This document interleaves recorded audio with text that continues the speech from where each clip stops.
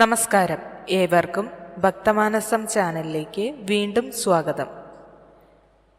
ദശരഥന്റെ 4 പുത്രന്മാരും ധൈര്യശാലികളും സുന്ദരന്മാരും ഒത്ത ഉയരമുള്ളവരുമായി വളർന്നു. വസിഷ്ഠ മഹർഷിയായിരുന്നു അവരുടെ ഗുരു. അവർ അദ്ദേഹത്തിൽ നിന്നു വേദങ്ങൾ പഠിച്ചു. മാത്രമല്ല, നായാട്ടിലും കുതിരസവാരിയിലും വാൾപയറ്റിലും അമ്പെയ്ത്തിലും അവർ മിടുക്കന്മാരായി തീർന്നു. രാജകുമാരന്മാർക്കിപ്പോൾ 15 വയസ്സ് തികഞ്ഞു. ദശരഥൻ അവരെയെല്ലാം ഗാഢമായി സ്നേഹിച്ചു.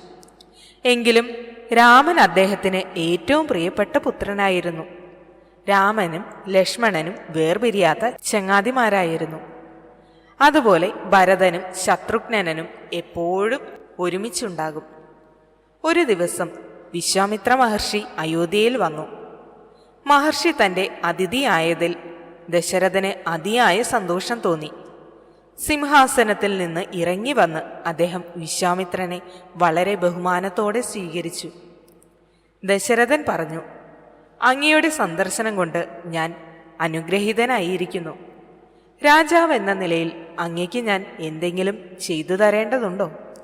വിശ്വാമിത്രൻ പറഞ്ഞു, മഹാരാജാവേ, അങ്ങയുടെ നല്ല വാക്കുകൾ കൊണ്ട് തന്നെ എനിക്ക് സന്തോഷമായി. അതിശക്തന്മാരായ രാക്ഷസന്മാർ എൻ്റെ യാഗത്തിന് തടസ്സം ചെയ്യുന്നുണ്ട്. അവരിൽ നിന്നും രക്ഷ കിട്ടുന്നതിനായി രാമനെ എൻ്റെ കൂടെ അയക്കണം.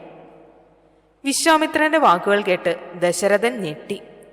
രാക്ഷസന്മാരെ നേരിടാൻ ഇളം പ്രായമുള്ള രാമനെ അയക്കുന്ന കാര്യം ചിന്തിക്കാൻ പോലും അദ്ദേഹത്തിന് കഴിയുമോ? അദ്ദേഹം പറഞ്ഞു, മഹർഷി, രാമനെ ദയവ് ചെയ്ത് ഒഴിവാക്കൂ.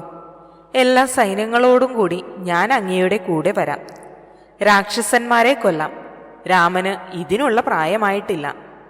പക്ഷേ വിശ്വാമിത്രന് എല്ലാം അറിയാമായിരുന്നു. അദ്ദേഹം തന്റെ അപേക്ഷ ആവർത്തിച്ചു. വിശ്വാമിത്രന്റെ കൂടെ പോയാൽ രാമൻ സുരക്ഷിതനായിരിക്കുമെന്ന് വസിഷ്ഠമുനി അപ്പോൾ ദശരഥന് ഉറപ്പുകൊടുത്തു.